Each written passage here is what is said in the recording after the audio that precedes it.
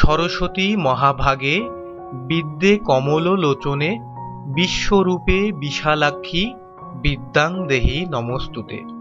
প্রিয় বন্ধুরা, আগামী 26শে মাঘ 1425 এবং 10ই ফেব্রুয়ারি 2019 শুক্ল পঞ্চমী বা বসন্ত পঞ্চমী।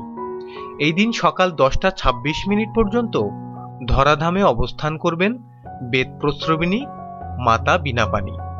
আমাদেরকে সুর, সঙ্গীত, বিদ্যা, বুদ্ধি ও জ্ঞান প্রদান করার জন্য মর্তলোকে একদিনের জন্য আবির্ভূতা হন তিনি। সঙ্গত কারণেই বিদ্যার্থীদের কাছে এই পূজার বিশেষ গুরুত্ব থাকলেও তিনি আপামর বাঙালির কাছে পরম পূজ্য। তাই জেনে না জেনে সরস্বতী পূজার দিনে আমরা অনেক কিছুই করে থাকি যা মাতাকে অসন্তুষ্ট করে।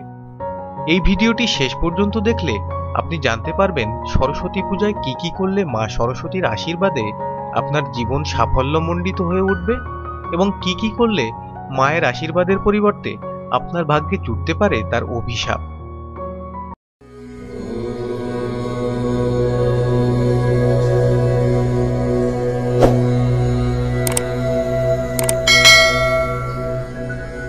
মা সরস্বতীকে কল্পনা করা হয় শ্বেত বর্ণা, শ্বেত শুভ্র বসনা, শ্বেত পদ্মে উপবিষ্ট শ্বেত রাজহংস বাহিনী রূপে।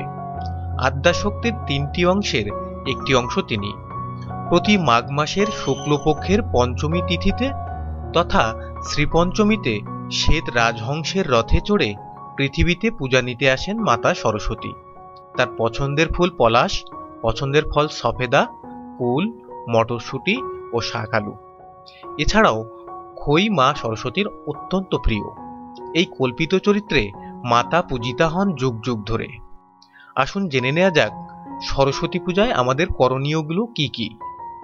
সরস্বতী পূজার পূর্বদিনে পারতপক্ষে আমিষ খাবার বর্জন করে নিরামিষ খাওয়ার বিধান রয়েছে শাস্ত্রে।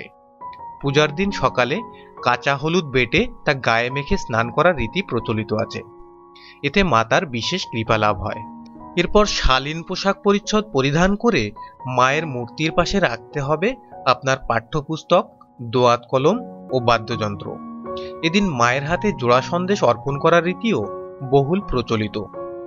আজকাল মূর্তির সামনে প্রদীপের পরিবর্তে মোমবাতি জ্বলতে দেখা যায়। পারতপক্ষে এই মোমবাতি বর্জন করুন। মোমবাতি বর্জন করে মাটির বা পিতলের প্রদীপ রাখা উচিত মায়ের সামনে, কারণ এই প্রদীপই আপনার আরাধনার সাক্ষী দেয়। পূজার তিথির মধ্যেই আপনাকে দেবীর চরণে অঞ্জলি প্রদান করতে হবে। এরপর সারাদিন নিরামিষ খাবার খেতে পারবেন। পূজার দিনটিতে আমিষ খাবার বিশেষভাবে বর্জনীয়। মায়ের পূজা থেকে বিশেষ ফল লাভ করতে চান যারা, তারা পোখরাজ ও মুক্তা ধারণ করতে পারেন এই দিনে। এবার শুনুন কোন কাজগুলো করলে মা সরস্বতী কুপিত হতে পারেন এবং ধ্বংস হয়ে যেতে পারে আপনার গড়া সবকিছু। এই দিনে ক্ষৌরকর্ম সম্পূর্ণ নিষিদ্ধ। হাত পায়ের নখ কাটা, চুল কাটা এবং শেভ করা সহ সব ধরনের ক্ষৌরকর্ম আপনার জন্য অমঙ্গল বয়ে আনতে পারে। সকল প্রকার সেলাই ফোড়াই থেকে এই দিন বিরত থাকতে পরামর্শ দেওয়া হয়েছে বৈদিক শাস্ত্রে। পূজার বেদিতে যে প্রদীপটি জ্বালানো হয় তাকে জ্বলে জ্বলে নিভে বা পুড়ে যেতে দিবেন না। এটা আপনার জন্য খুবই অমঙ্গলজনক হতে পারে। বিশেষ প্রয়োজনে পূজা শেষ হলে ফুল দিয়ে নিভিয়ে দিন প্রদীপটি। পূজাস্থলে যেখানে দেবী মূর্তি স্থাপিত হয় তার পাশে জুতা সম্পূর্ণরূপে বর্জন করুন এবং সম্পূর্ণ খালি পায়ে চলাচল করুন। সরস্বতী পূজার দিন কালো ও লাল রঙের পোশাক বর্জন করে সাদা ও হলুদ পোশাক পরিধান করতে হবে। বসন্ত পঞ্চমী উপলক্ষেই এই রীতি প্রচলিত।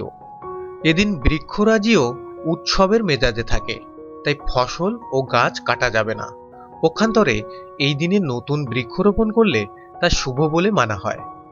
এদিন বাগদেবী মা সরস্বতী আমাদের জিহ্বায় অবস্থান করেন, তাই এই দিন কারো সাথে খারাপ ব্যবহার বা কটু কথা বলা যাবে না, যদিও এই নিয়মটি আমাদের সারা বছর পালন করা উচিত। এছাড়াও এই দিনে মদ্যপান ও মাংস বিশেষভাবে নিষিদ্ধ। পূজা মণ্ডপে সবার সাথে ভালো ব্যবহার করুন ও অশ্লীলতা সম্পূর্ণরূপে পরিহার করুন। আজকাল প্রতিমা তৈরির নামে চলছে ভণ্ডামি। দেবীর শান্ত মাতৃরূপকে বিকৃত করে কুরুচিপূর্ণ মূর্তিও দেখা যায় সর্বত্র। এর ফলে ভিন্ন ধর্মাবলম্বীরা আমাদের সম্পর্কে বিরূপ ধারণা পোষণ করে। সুতরাং সনাতনের পবিত্রতা রক্ষার্থে এ সকল ভণ্ডামি পরিহার করুন এবং ভণ্ডদেরকে বর্জন করুন। মা সরস্বতী আপনার মনের ইচ্ছা পূরণ করুন। জয় জয় দেবী চরাচর সারে, উঁচুযুগ শোভিত মুক্তাহারে, বীণা রঞ্জিত পুস্তক হস্তে, ভগবতী ভারতী দেবী নমস্তুতে। কেমন লাগলো আমাদের আজকের আয়োজন? ভালো লাগলে লাইক করুন, কমেন্ট করুন, শেয়ার করুন এবং অবশ্যই এই চ্যানেলটি সাবস্ক্রাইব করুন।